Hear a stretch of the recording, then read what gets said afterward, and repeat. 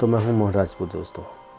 दोस्तों आज मैं इस वीडियो में बताने वाला हूं भगवान भोलेनाथ का बारे में से एक ज्योतिर्लिंग जिसका नाम है रामेश्वर।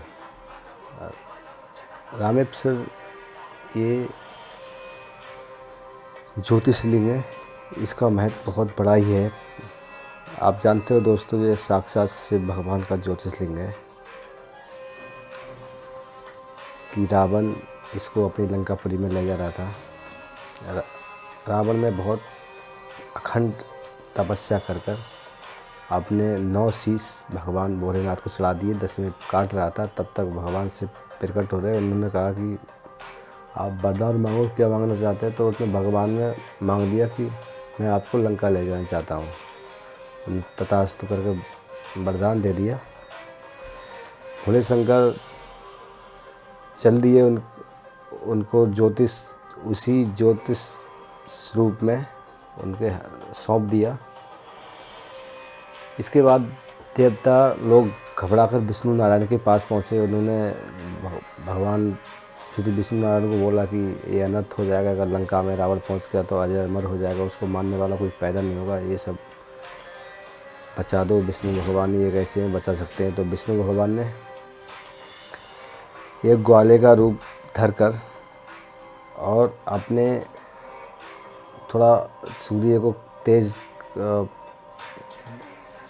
होने को कहा था। तेज धूप पड़ गई थी, बहुत गर्मी पड़ने लगी थी और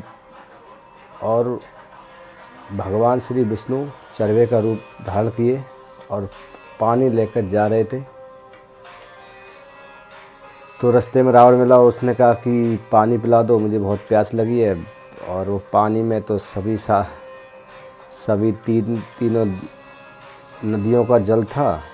सारी नदियों का जल थोड़ा था, उसमें समाया हुआ था। तो भगवान विष्णु ने उसको जल बहुत ज़्यादा पिला दिया। जल पिलाते हुए नदियों का जल उसमें समाया नहीं।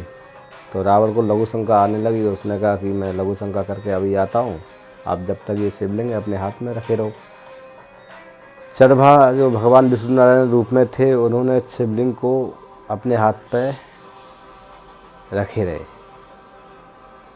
तो बहुत देर हो गई, तो ये तो होना ही था। तो उसे लघु शंका से मतलब काफ़ी देर हो गई करते हुए। तो भगवान विष्णु नारायण ने ज्योतिर्लिंग को धरती में रख दिया और वो रावण आया। जब तक लघु शंका कर गया, रावण ने क्रोध हुआ।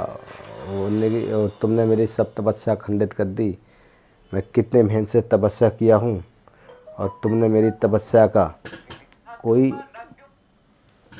फल नहीं रखा कि मेरी वर्षों की तपस्या हो गई। बहुत क्रोध हुए उस पर, चरभे पर। तो भोलेनाथ तो अंदर ज़मीन में चले गए थे। तो उन्होंने बहुत रावण ने प्रयास किया उठाने का।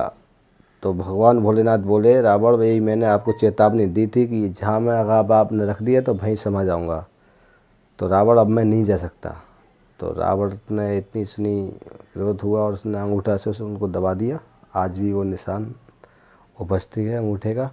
और उनने वरदान दिया कि तुम्हें रामेश्वर, पहले आपका नाम आएगा, इसमें मेरा नाम आएगा, इस नाम से ये तीर्थ बहुत बड़ा विख्यात होगा।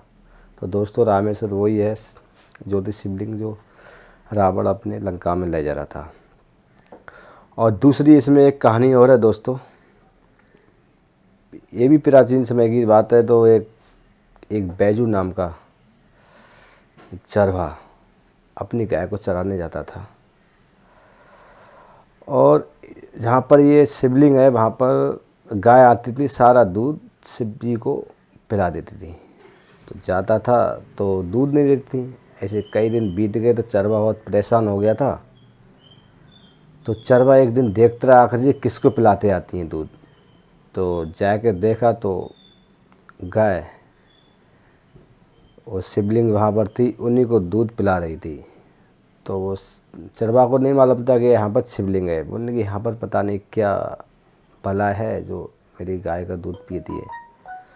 तो उसने ठान लिया था कि आज के बाद मैं प्रतिज्ञा करता हूँ कि डेली लाठी इनको मारूंगा तभी मैं और कुछ काम करूंगा।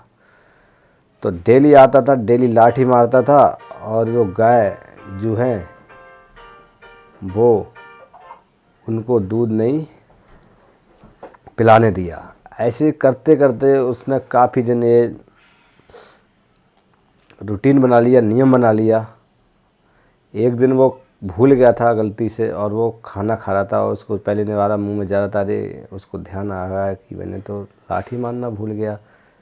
तो वो खाना बिना खाए पहले लाठी मारने चला गया था। भोले शंकर वहाँ प्रकट हो गए और भोले शंकर ने कहा, तुम एक प्रतिज्ञा किए हुए हो और तुमने अपने नियम पर अटूट रहे, इसलिए मैं तुम पर खुश हो जाता हूँ और तुम्हारे इस नाम का मैं बैजनाथ नाम धाम भी रख देता हूँ। तो दोस्तों, रामेश्वर बैजनाथ धाम, बाबा बैजनाथ धाम से ये फेमस है। और कभी रामेश्वर जाओगे तो बैजनाथ का भी धाम वो साक्षात आज भी हैं। तो दोस्तों, ये हुई बैजनाथ की कहानी। और यहाँ पर ये मैं गारंटी के साथ कहता हूँ कि सच्चे मन से भक्ति में कोई अगर जाता है भोलेनाथ की बैजनाथ धाम के लिए तो उसकी मनोकामनाएं सभी इच्छाएं पूरी हो जाती हैं। चाहे शादी हो, चाहे बिजनेस के लिए हो, चाहे पॉलिटिकल हो, राजनीति के लिए, चाहे डॉक्टर इंजीनियर बनने का, बच्चों में पढ़ाई करने का, या घर मकान प्रॉपर्टी लेने का, कोई भी सपना पूरा अगर करना है तो बैजनाथ धाम के दर्शन करें। सच्चे दिल से अगर दर्शन आप करेंगे तो आपकी सभी मनोकामनाएं पूर्ण होंगी। तो दोस्तों, बैजनाथ धाम एक साक्षात ज्योति शिवलिंग स्वरूप हैं और इनको जागृत ज्योति स्वरूप कहा गया है। इनको साक्षात भोलेनाथ हैं और आप जाइए, दर्शन कीजिए, अपनी सभी मनोकामनाएं पूर्ण कीजिए दोस्तों। और ऐसी कहानी देखने के लिए मेरे चैनल को सब्सक्राइब आप करो, जिससे आगे वीडियो आपको देखने को मिले।